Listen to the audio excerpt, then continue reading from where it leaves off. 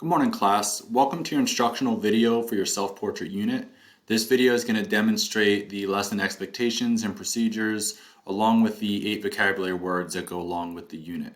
So please make sure you follow along and take in all the information so you understand exactly what is expected of the unit itself. So right here on the first slide, there's 2 images, 2 paintings of an artist named Chuck Close. They are both self-portraits, painting of the artist by the artist. They are both done in 2 different styles. You will be watching a video at the end of this PowerPoint that will demonstrate exactly why he changed his painting styles, because he actually went through a tragic life event that changed him permanently, both physically and as also reflected in his artwork. Also shows a different style because of those physical limitations. All right, so moving on. Oops, sorry guys, went too many slides. So your lesson objectives are these 3 steps. 1, you are going to use a box grid to create your self-portrait with accurate proportions. Up until now, you have all most likely done your generic self-portraits, probably every year in elementary school, of the oval head, the rectangular neck, and the arched shoulders. You're going to actually be taking a picture of yourself and using a box grid to transfer your image to keep it in perfect proportions. So you're not just building on basic shapes, but you're drawing your image box by box as sectioned by the grid. So your second lesson objective is then to plan and create a specific message or mood to convey to the viewer. So the idea is not just to take a generic picture of you smiling like in the yearbook, although you could do that if you wanted to, but you want to actually pose or use props in your photograph that demonstrate some kind of message or mood to the viewer. I always advise for students to project a message or meaning as to who you are as a person beyond just your image, how you look. Are you an athlete? Do you like playing video games? Are you very social? Are you a serious personality? Are you a silly personality? Think about who you are as a person and try to convey that mood or message in your image. And then lastly, you're going to write an artist statement that reflects the artistic process, basically how you made your project, and also how it explicitly relates to the intended mood conveyed. You want to write the artist statement that actually clarifies to the viewer, the person looking at your art, what the intended mood was or the intended message was, so that there's no confusion as to the artist's intent. All right, moving on to the next slide. So a self-portrait is a portrait of the artist created by the artist. I mentioned that earlier in the images above by Chuck Close. So here you have 2 images of students, 2 portraits, and they are both conveying certain moods and messages. You can see the boy on the left is a camera and he's smiling, so he must be a happy, outgoing person who loves taking photographs, and the figure on the right seems a little bit more serious. A lot more reserved. Maybe that is the kind of message or mood she wanted to convey to the viewer in her work. So just 2 different examples of 2 different types of mood. And then the follow-up question for the self-portrait I thought was really important is, why is creating a self-portrait more difficult for an artist than creating a portrait of someone else? And the answer is depicted in the image next to in the middle here. You see the little figure saying, "Stop noticing me," and you see the figure staring at himself in the mirror. This basically represents that we constantly look at ourselves every day, and we are our biggest critics. We are our greatest.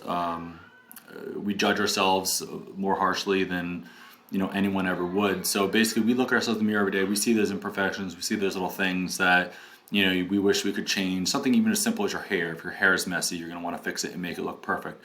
So when you're drawing a self-portrait, you're forced to draw yourself as you are. So me, for example, if I was drawing myself, I would have to draw my nose big and my eyes small, and without my hat, I have a receding hairline up here because I'm getting old, but that's how I look. And if I drew myself any differently with a smaller nose or bigger eyes or fixed my own hairline, then I'm not going to look like me anymore. So we basically have to come face to face with our own imperfections and draw ourselves as we are. And kind of something to take from this is that really the things that we see as imperfections are actually perfections. We need to become not just aware but proud of who we are, and be confident in who we are. So, but that is essentially why, especially at being in middle school yourselves, creating a self-portrait can be so difficult, because you do have to look at all those features of yourself that, you want to change. All right, so moving forward, a state of mind or feeling is a mood. So we kind of discussed that briefly in the self-portrait images, but here's 3 more figures in different moods. You get the figure on the left, looks like he knows something that we don't, or he's intrigued by something. It seems like the figure at the bottom is, kind of curious herself, or just glancing our way to get our attention. And then the figure above me is obviously smiling, very happy. And you can even see, if you look closely at those individual squares, she painted in the style of Chuck Close by painting different abstract shapes and symbols with various tints and shades and tones to represent the detail of her portrait. Oops. So the next question is, how can an artist clearly express a specific mood to the viewer? So if I wanted to express tranquility or wanted to express happiness, how can I do that?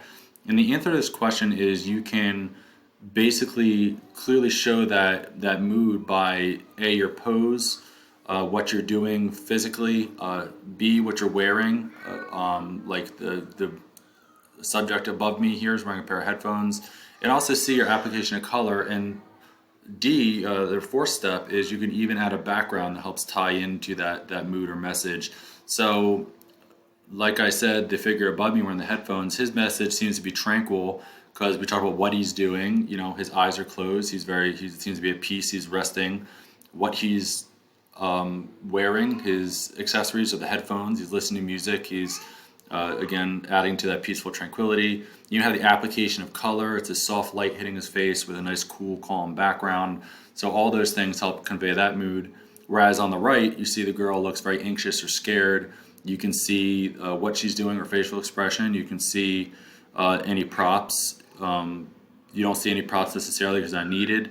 See the application of color. You can see they are cool, darker colors to maybe represent that sense of fear or anxiety, whatever they're feeling. And also the application of color. Notice how the brush strokes or the strokes by the artist are very quick and loose to maybe represent that emotion of fear or anxiety, to physically represent that. Then we have message. Message is a specific meaning from the artist to the viewer, trying to tell a specific story. So here you have 2 images. I'm going to comment on the one on the left. This is by an artist named Frida Kahlo, who during her lifetime had a terrible accident and broke her back. So you see in a lot of her artworks, she conveys the message, the meaning to the viewer to express the level of physical pain she was in after breaking her back. So here you have the thorns wrapping around her tightly and poking at her skin.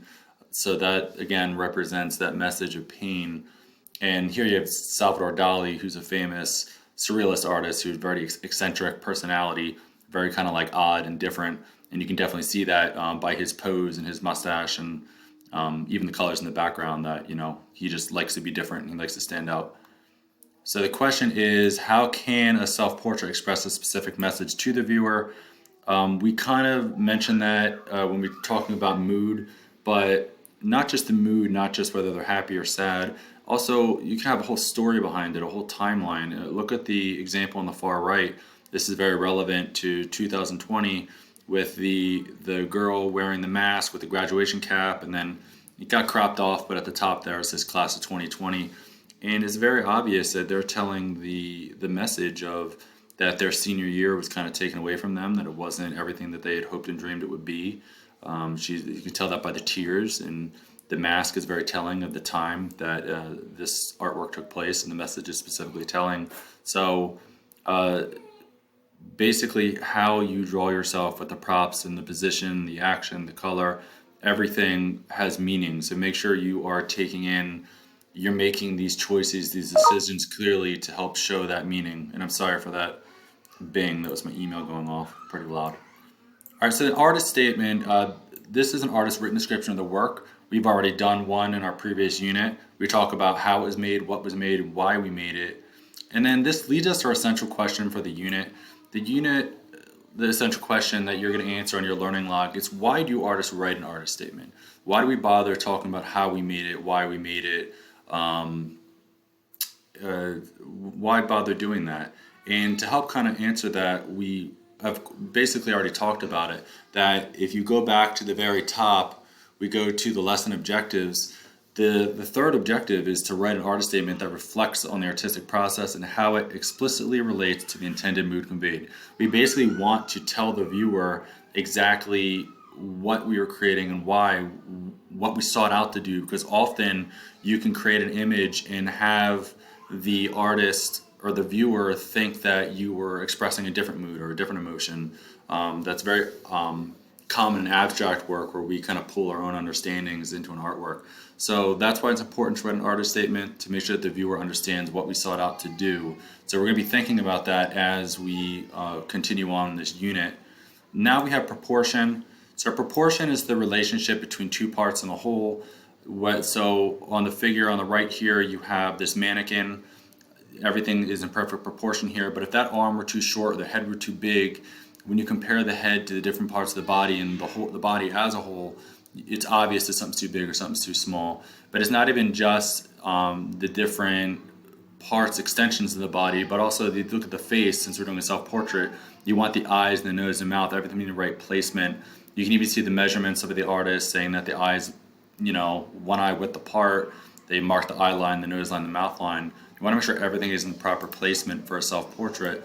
So why would proportion affect the likeness of a self-portrait? So our follow-up question addresses why proportion is even important, why we're even focusing on that in this lesson. And the answer is that if the proportions are incorrect, then it's just not going to look like us. Just changing the size and placement of the eyes, and it's going to distort the face. It can just basically make it not look like you. So that's why proportion is very important, and that's why we're going to be talking about a box grid and how we can maintain those proportions. Oops, sorry guys. So a box grid is a mathematical grid of equal dimensions. This image of the Taj Mahal below demonstrates the grid on the Taj Mahal photo and then the final drawing on the right. But the final drawing on the right was actually drawn from a grid itself. So that mathematical grid, going on to the next slide to kind of continue my thought, the follow-up question is, how can a mathematical grid help an artist create an image with accurate proportions? The answer to this is that it basically sections and blocks off each space, so you know exactly where each feature of the face or each object and subject is in the paper, so that when you draw it, if I was this student here drawing her self-portrait, I know that the eye is in box 12. I know that the nose is at the bottom of 18. The labeling of the boxes, it guarantees the exact placement and positioning of everything to maintain those proportions. That way you're not doing the random proportional relationships, measurements in your own head. It's right there for you mathematically on the paper, which simplifies it for any artist of any range in their artistic ability. Basically anybody can use this method and maintain perfect proportions using the box grid. Then you have scale. Scale is the size of an object in relation to another object. So whereas proportions have to deal with the objects within one part in the whole, scale, you actually need two separate objects to compare. So this image on the right, you see this huge chicken and this tiny farmer. Looks like the farmer was feeding it genetic growth hormones and it got way too big. But if that was just an image of the chicken and no other background, no other subjects, it would just look like a drawing of a chicken. But having that at least the second object of the farmer, along with the farm equipment and the landscape, it demonstrates the chicken is way too big. It is not in scale, just like the woman walking past this huge dinner table and chairs is not in scale either. So your question is, why would it be important to transfer your portrait to scale?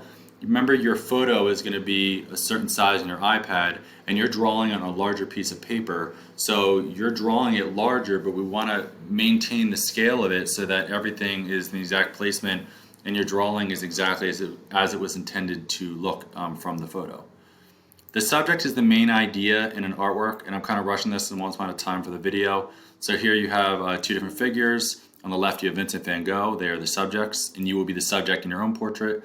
And then the question here is, how does the size of your self-portrait affect its importance as the main subject of the viewer?